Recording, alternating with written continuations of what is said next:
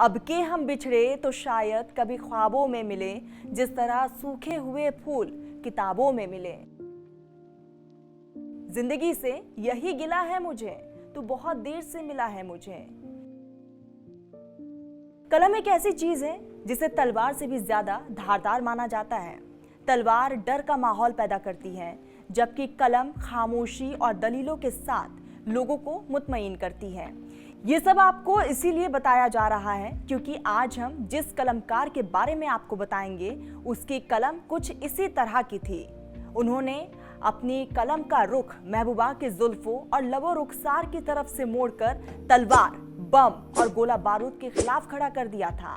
शायर का नाम है अहमद फराज। हाँ, वही अहमद फराज जिन्होंने अपनी छोटी सी कलम से पाकिस्तानी हुकूमतों के तख्ते हिला दिए थे। अहमद फराज का पूरा नाम सैयद अहमद शाह था। बाद में उन्होंने बदलकर अहमद फराज कर लिया था। 12 जनवरी 1931 को पैदा हुए थे। उनके पिता भी एक मशहूर शायर थे, जिसकी वजह से शायद उन्हें बचपन से ही शायरी का शौक लग गया था। फराज की शुरुआती शायरी इश्क व आशिकी, शराब और शबाब के इर्द गिर्द घूमती नजर आती थी। उन्होंने महबूब के रिश्तों के एहसास को ऐसी बारीकी से शायरी में ढाला है जो उनसे पहले बहुत ही कम देखने को मिलता है। वो लिखते हैं कि रंजिश ही सही, दिल ही दुखाने के लिए आ फिर से मुझे छोड़ के जाने के लिए आ। किस किस को बताएंगे जुदाई का सबब हम, तो मुझसे खफा है तो जमाने के लिए आ। अब के हम बिछड़े तो शायद कभी ख्वाबों में मिले, अब के हम बिछड़े तो शायद कभी ख्वाबों में मिले, जिस तरह सूखे हुए फूल किताबों में मिले। जिंदगी से यही गिला है मुझे, जिंदगी से यही गिला है मुझे, तू बहुत देर से मिला है मुझे। तू मोहब्बत से कोई चाल तो चल, हार जाने का हौसला है मुझे। हमको अच्छा नहीं लगता कोई हम नाम तेरा, कोई तुस्सा हो तो फिर नाम भी तुस्सा रखे। इसके अलावा अहमद फराज की एक गज़ल इतनी मशहूर है कि उसका एक ना एक शेर हर कोई ज़रूर जानता होगा।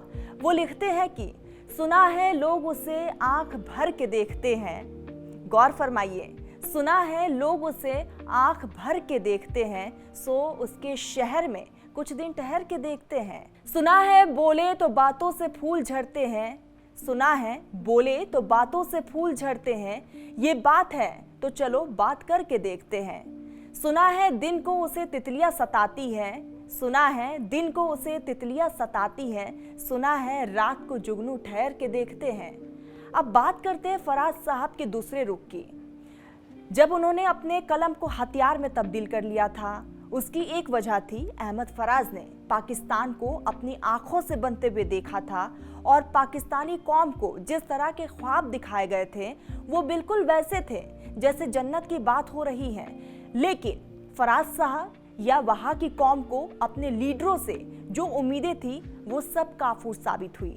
देश के हालात खराब होते देख एक सच्चा कलमकार अपने कलम को वैसे रोक भी नहीं सकता। ऐसा ही कुछ फराज साहब ने भी किया। साल 1958 पाकिस्तान के लिए बेहद दर्द भरा साबित हुआ। ये वो साल था जब जनरल आयूब खान ने पहली बार मार्शल लॉ लगाया था। उसके बाद से अब तक पाकिस्तान में कई बार तख्ता पलट हो चुका है। मुल्क के बिगड़ते हालात को देख अहमद फराज ने जो लिखा वो तारीख में अमिट हो गया। उन्होंने फौज और ब्यूरोक्रेसी पर खूब हमले किए। फराज साहब लिखते हैं, वो एक शख्स की सूरज के रूप में आया, वो एक शख्स की सूरज के रूप में आया, चुरा के ले गया शम्मे फराज हर घर की। तमाम शहर है मतकल उसी के हाथों से, तमाम शहर है मतकल उसी के हाथों से, तमाम शहर उसी को दुआएं देता है। ऐसी तारीखियां आंखों में बसी है कि फराज, ऐसी तारीखियां आंखों में बसी है कि फराज, रात तो रात है हम दिन को जलाते हैं चराग। उन्होंने न सिर्फ आयूब खान बल्कि जनरल जियाउल हक के खिलाफ भी जमकर लिखा। हालात ऐसे पैदा हो गए थे कि जनरल जियाउल हक के दौर में उन्हें तब गिरफ्तार कर लिया गया था जब वो मुशायरे में कलाम पढ़ रहे थे। यहाँ तक कि उन्हें जेल में डाल दिया गया था, जिसके बाद फराज शायद मायूस भी हो गए थे।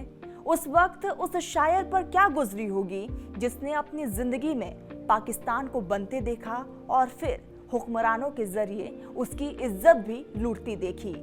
नौबत यहां तक आ गई कि इस शायर को वो मुल्क छोड़ना पड़ा जिसकी साख बचाने के लिए उसने अपने कलम की रोशनाई कभी सूखने नहीं दी। शायद इसीलिए फराज साहब लिखते हैं, ऐसा है कि सब ख्वाब मुसलसल नहीं होते, ऐसा है कि सब ख्वाब मुसलसल नहीं होते, जो आज तो होते हैं मगर कल नहीं होते। हालांकि परवेज मुशर्रफ के दौर में उन्हें पाकिस्तान के दूसरे सबसे बड़े नागरिक सम्मान हिलाल-ए-इम्तियाज से नवाजा गया था, लेकिन 2 बरस बाद ही उन्होंने ये अवार्ड सरकार के कदमों में वापस दे मारा था। बताया जाता है कि फराज साहब ने सरकार की पॉलिसियों से नाराज होकर ये अवार्ड वापस किया था। फराज अमन चाहते थे, वो ना सिर्फ पाकिस्तान बल्कि दुनिया भर में। वो लिखते हैं कि अब जमीन पर कोई गौतम, ना मोहम्मद, ना मसीह, आसमानों से नए लोग उतारे जाए। फराज साहब के आखिरी वक्त की बात करें तो उनकी ख्वाहिश थी कि वो अपने आखिरी दिन पाकिस्तान में ही गुजारें, लेकिन अमेरिका में रहते हुए उनके घुटने में कुछ ज्यादा ही चोट लग गई थी, जिसके बाद उन्हें पाकिस्तान लाया गया और वो 24 दिन इस्लामाबाद के एक अस्पताल में रहे। उनके चंद आखिरी दिन इतने मनहूस थे कि वो जबान से कुछ बोल भी ना सकते थे, जबकि बिस्तर पर लेटे इस शख्स की कलम तक भी चीख चीख कर हुक्मरानों को ललकारती थी। फराज साहब 2008 में 25 अगस्त के दिन इस दुनिया को अलविदा कह गए। वो कहते हैं कि मेरा कलम तो अमानत है मेरे लोगों की, मेरा कलम तो अमानत है मेरे लोगों की, मेरा कलम तो अदालत मेरे ज़मीर की है। कभी फराज से आकर मिलो जो वक्त मिले, कभी फराज से आकर मिलो जो वक्त मिले, ये शख्स खूब है अशआर के अलावा भी। यूँ तो फराज साहब की ज़िंदगी का हर पहलू बताने लायक है, लेकिन वीडियो बहुत लंबा हो जाएगा, इसीलिए मुझे यानी कि तरन्नुम जहां शेख को दीजिए इजाज़त और इसी तरह के वीडियोस देखने के लिए बने रहिए इंडिया डेली लाइव के साथ।